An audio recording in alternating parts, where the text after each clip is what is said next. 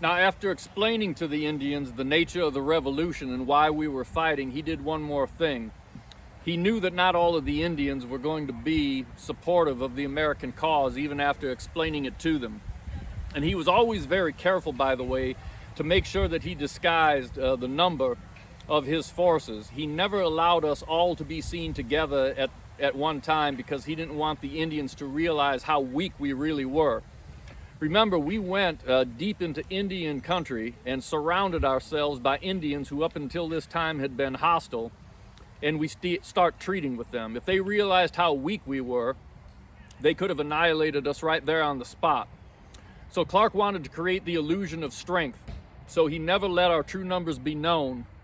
And after explaining the nature of the revolution, he did one more thing. He had wampum belts made. And these are the wampum belts that we used. He had a red one made and he had a white one made. And people in your time misunderstand what wampum belts were for. People think that they were used as a form of currency, and they weren't. Now, the individual beads were something that were prized as trade goods, and they might be used as barter items, but the wampum belts themselves were not used as currency.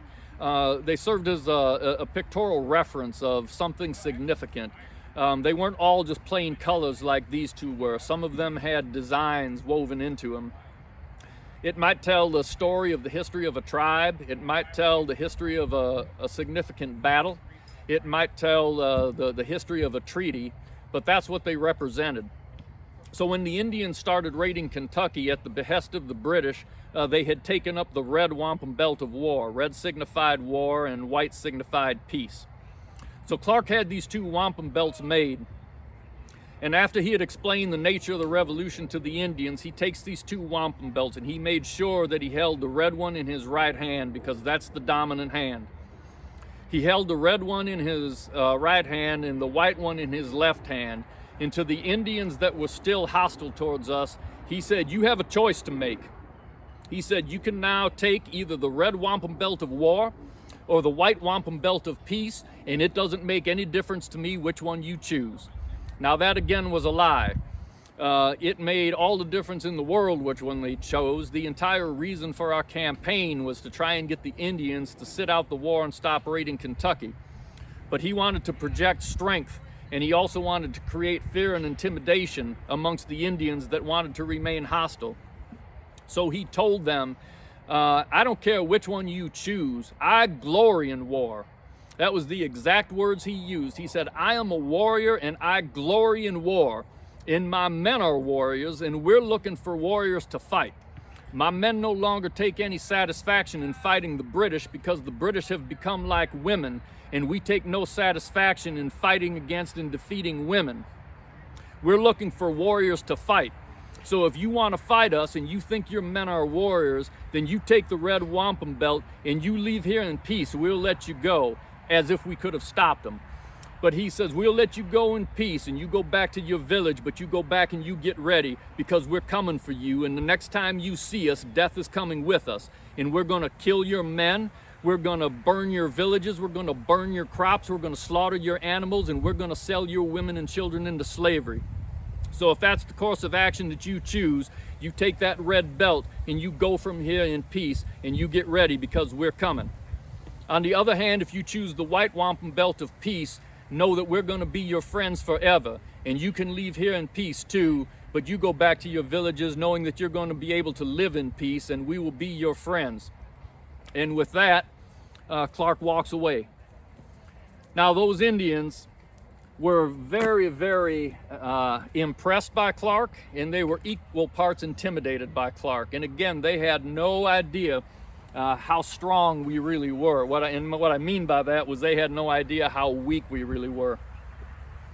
So many of the Indians right there decide that they are no longer going to fight for the British. And some of them, as I mentioned before, want to switch sides and start fighting for us, and Clark won't let them. One of the Indians who wanted to switch sides and fight for us was a chief of the Piankashaw. And the Piankashaw lived down in this region here in the Wabash River Valley.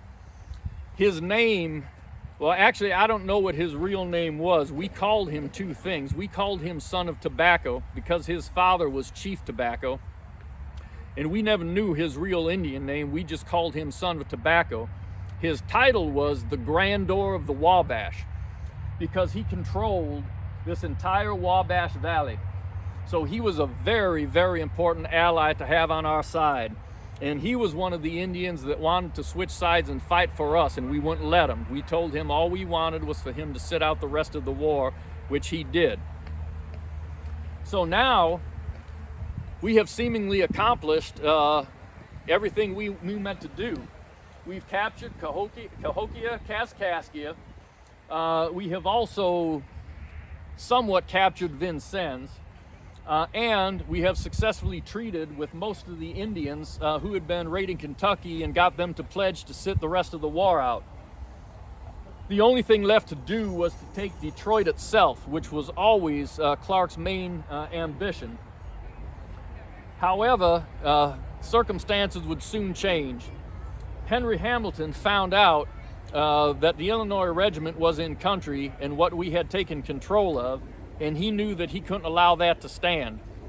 So he put together a hasty expeditionary force consisting of the King's 8th Regiment of Foot, which he had up here at Fort Detroit with him, along with some of the local French militias who were still loyal, and a large number of Indian allies. And he took this massive force out of Detroit, down the Maumee River.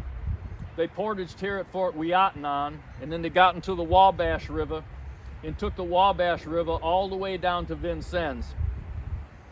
Now, we had left Vincennes essentially unprotected.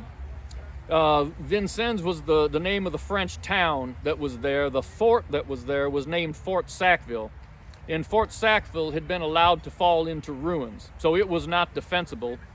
And we also had a predicament in that we now had 3 outposts that we had to garrison, and we only had 150 men.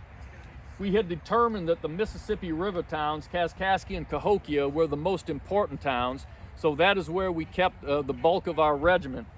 We only left a captain, Leonard Helm, and a private soldier at Vincennes to oversee the local French militia.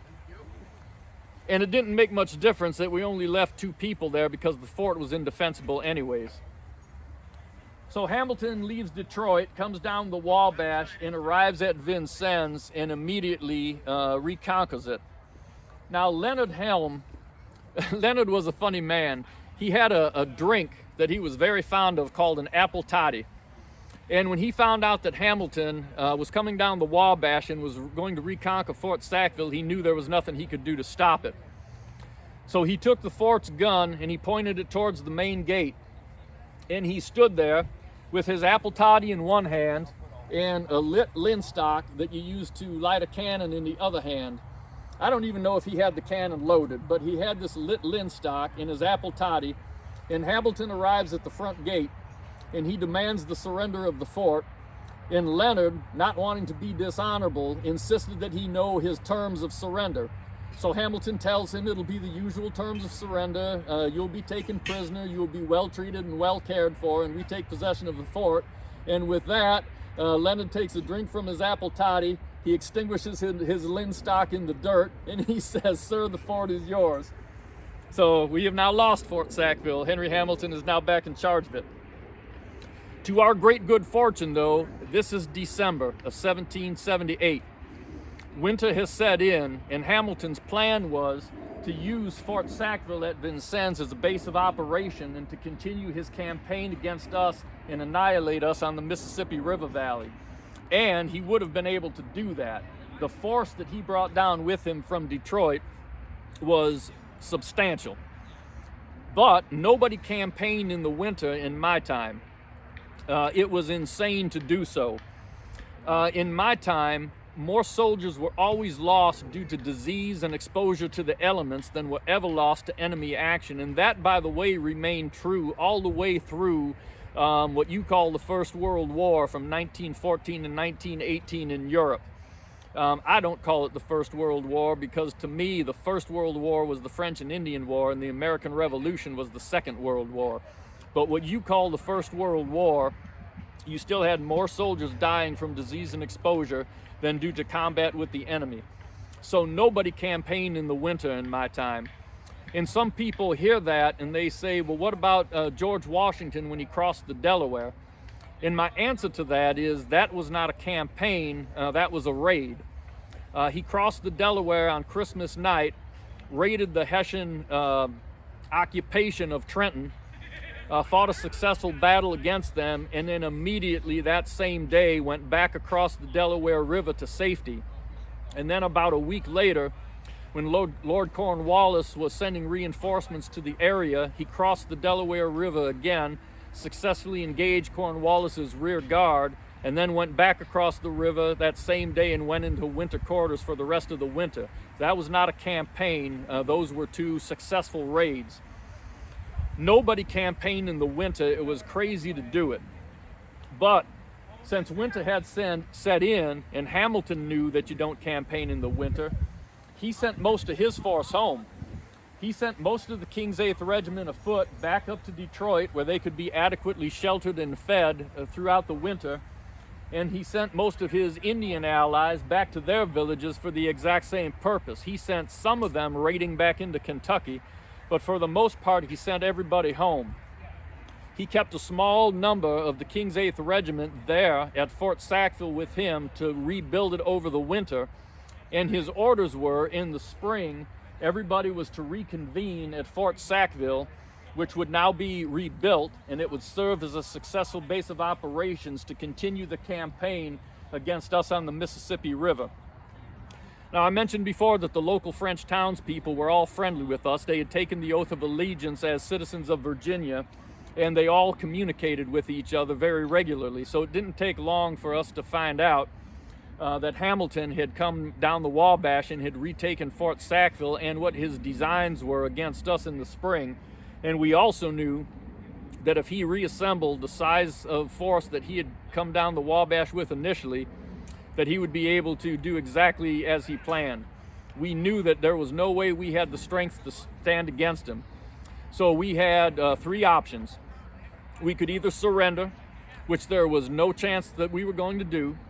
We could flee across the Mississippi River to St. Louis for sanctuary there, but in doing that, we give up all the gains that we had already achieved in the Illinois country, or we could attack.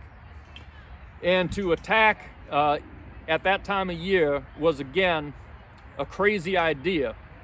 But we also knew that Hamilton was as weak as he was ever going to be, and in the words of Colonel Clark himself, he said, "We must attack now or forever quit the country." So we set about preparing for an expedition all the way across southern Illinois. My company, Joseph Bowman's company, was recalled from Cahokia down to Kaskaskia.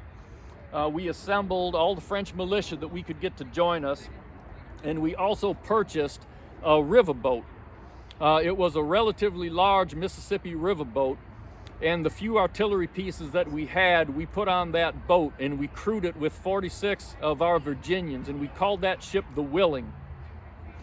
Now, the plan was the remainder of the Illinois regiment that was not on board the Willing, augmented by the local French militia, were going to campaign overland from Kaskaskia to Vincennes, and meanwhile the Willing was going to float down the Mississippi River to the mouth of the Ohio.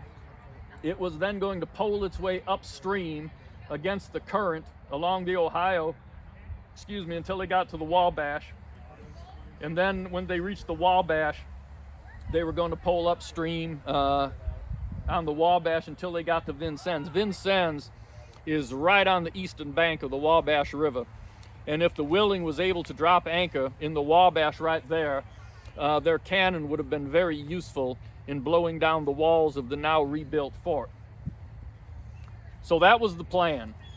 So on February 5th, we set out from Kaskaskia to march overland. Now, the thing to keep in mind about Illinois in my time is it was one massive floodplain when the winter snows and ice melted.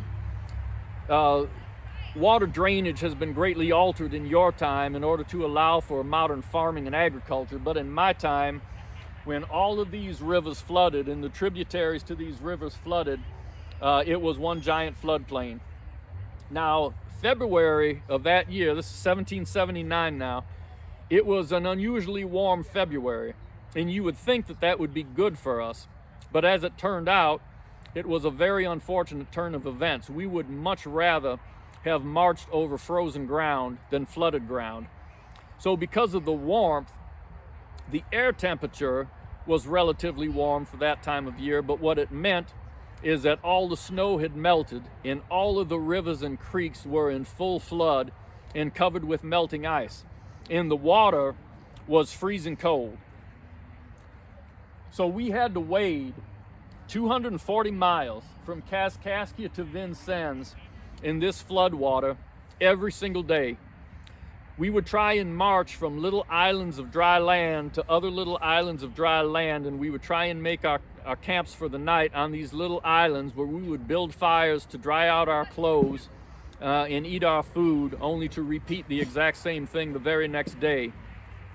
And we did this for 18 days straight.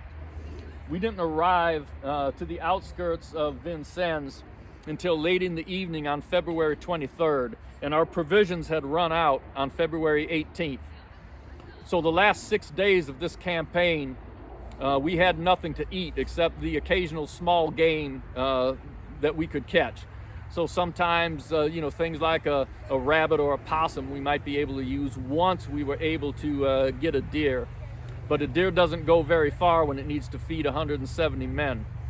So we were essentially without provisions from the 18th until the 23rd. So at any rate, we finally make it across this absolute flooded area, but we have one more river to cross. And it was more of a lake than a river. The White River, the Embarrass, and the two Wabashes had essentially flowed together into one massive floodplain, and we needed to get across it. And the men, for the first time, refused to go. We had one more flooded body of water to cross, and the men refused to go. And I don't want to make it sound like it was a mutiny, because it wasn't. They simply could go no further. We had asked more of those men than we had a right to ask, and they could simply go no further. They were at the end of their rope, and despite all of Clark's pleadings, we were unable to get the men to go into that water one more time. And then Clark had one more idea. We had a drummer boy attached to one of the companies, and as we were going through these flooded rivers, it was very frequently, it was almost always up to our thighs, and very frequently at waist and chest level. Occasionally it was up to our necks. When it was up to our necks as grown men, for this young drummer boy, it was over his head. So the way that he used to get across those rivers is he would float across on his drum. And that was always very entertaining for the men. They laughed every time they saw him doing it. So Clark thought that might work one more time. So in that same company that the drummer boy was from, there was a very, very large sergeant. He stood 6'2" tall, and he was of a very, very stout build. And whereas some of the men by this time were very sick and very overcome with the temperature, they were freezing and they were starving, he was still in very, very good condition. So Clark went to him and he said, "I'm going to put the drummer boy on your shoulders, and I need you to plunge into that water and hope that that'll motivate the rest of the men." And the sergeant agrees to do this. So Clark takes the drummer boy, puts him up on this very large man's shoulders. And then the other thing that Clark does is he takes powder from his powder horn. Those of us officers who were near him, he said, "Watch what I do, and you do likewise." So he took powder from his powder horn, and he reached down and he scooped up some of the river water in his hand. And he poured that powder from his horn into his hand, and he mixed it up. And if you don't know in your time, when you mix gunpowder, black powder as you call it now, with water, it makes a very, very thick black paste. So he made that paste in his hands, and he smeared it across his face until he was black as the devil. And he pulled his sword out, and he told the drummer boy to beat charge. The drummer boy's beating charge on his drum as the sergeant's carrying him across the river. Clark pulls out his sword, lets out a war whoop, and he plunges into the river, pushing the ice floes aside. And with that, the men suddenly had a new burst of energy. It's said that your mind always gives out before your body does. And that was a classic case of that happening. When the men who a moment ago could go no further saw this example of bravery and leadership, they got up off the ground and they all put their rifles above their heads and they plunged into the freezing water after Clark. And as it turned out, it wasn't nearly as bad as we thought it was going to be. And we, by the way, had stolen a couple of canoes and had managed to make a couple of other dugout canoes. We didn't have enough to take everybody over, but the men who were too sick to be able to wade across, we would take in those very few canoe that we have. But for the most part, everybody had to wade across this water. And as we were doing it, one of them found a piece of ground that was relatively high underneath the water. And when he found it, we learned that the water was only about waist deep. And once we all knew where that was, we all went to that location and were able to take that across the river. And as it turns out, we were able to get across the river fairly easily, and we thought it was going to be extremely difficult. So now we're across the river, and there is absolutely nothing between us and Fort Sackville. We've been doing this now for 18 days, and there is now nothing that stands between us and food, nothing between us and a fire, nothing between us and shelter, except the British and whatever French allies they have inside of Fort Sackville. And we are going to take that fort. Now, I mentioned before that when we started the campaign, we were authorized to raise 77 companies of men, 50 men each. We had flags made for each one of those companies that we brought with us on the expedition. On top of that, we had additional standards made for the local French militia companies that we had recruited to our cause at Cahokia and Kaskaskia. So we had all of those flags with us. And after we had crossed the Wabash, the terrain was very undulating. There was, high ground and low ground as you made the way to Fort Sackville. And Clark took a look at this terrain, and he realized that he could fool Hamilton into thinking that we had a much larger force than we actually did. Remember, by this time, minus the men who were on the Willing, but augmented by the local French militia, there were only 170 of us. So Clark took out these flags, and he went to a spot where he knew that these flags could be seen from the fort. And he had extra long flag poles made for these flags. And he knew that with these extra long poles, that the flags could be seen from the fort, but we couldn't. So Clark took advantage of that to engage in a little trickery. He would march the army with our flags held high so that they could easily be seen from the fort, and we would march deliberately over the high ground, intending to be seen. And then when we hit the low ground, we would furl the flags up, put it away, grab a new one, and go back and start over again.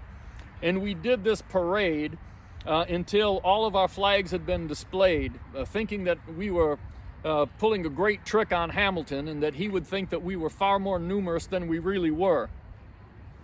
We didn't know this at the time.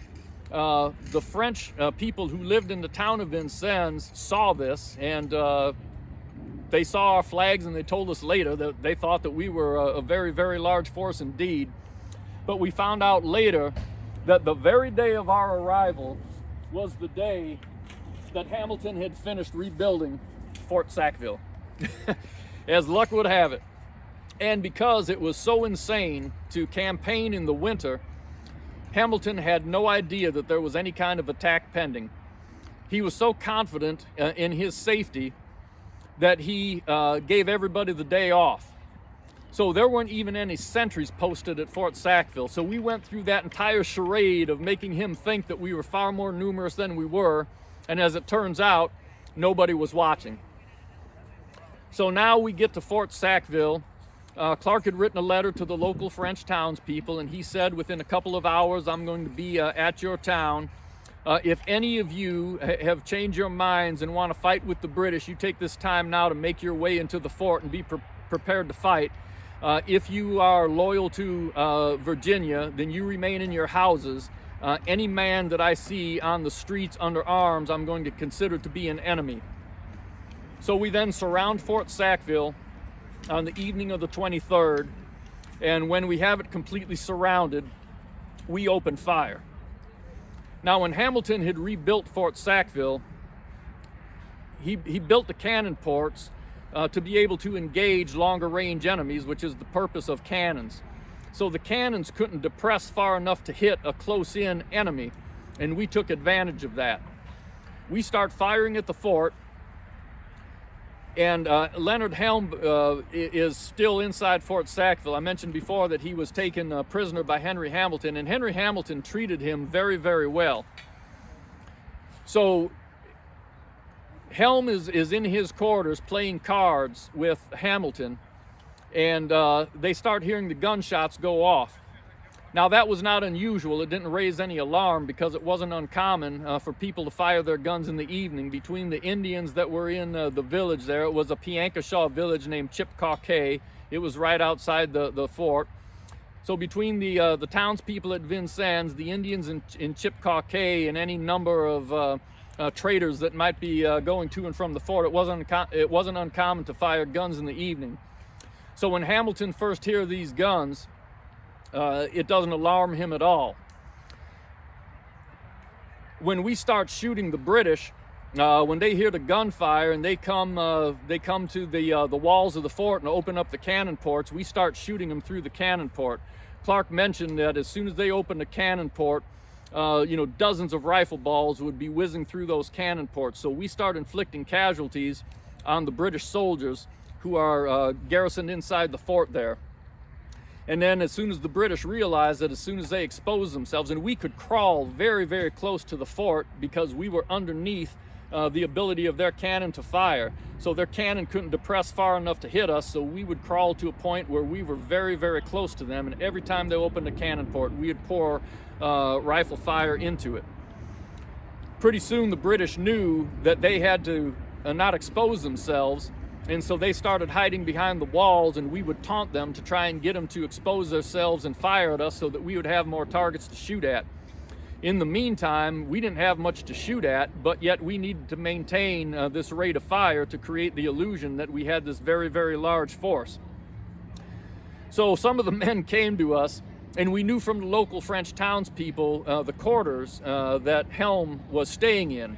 And we also knew, remember I was telling you about his apple toddy before, we also knew that Helm kept his apple toddy on the mantle above his fireplace. So we could easily see the fireplace from outside the building, and we knew what house his quarters were in. So some of the men started shooting, trying to knock out the chinking in between the log walls of the quarters that Helm was using, hoping that we could knock some of that chinking into his apple toddy. And as soon as Helm saw this, he knew exactly what was going on. And then one of the British soldiers bursts into the quarters and informs Hamilton that they're being shot at, that this isn't just evening guns being fired, that they are being shot at. And with that, Helm jumps up from the table, he takes his cards and he throws them down on the table, and he points at Hamilton and he said, "It's Clark, and by this evening you're going to be his prisoner." And then he looks at the mantle and he said, "And those rascals had no reason to spoil my apple toddy." So the fire goes on throughout the evening,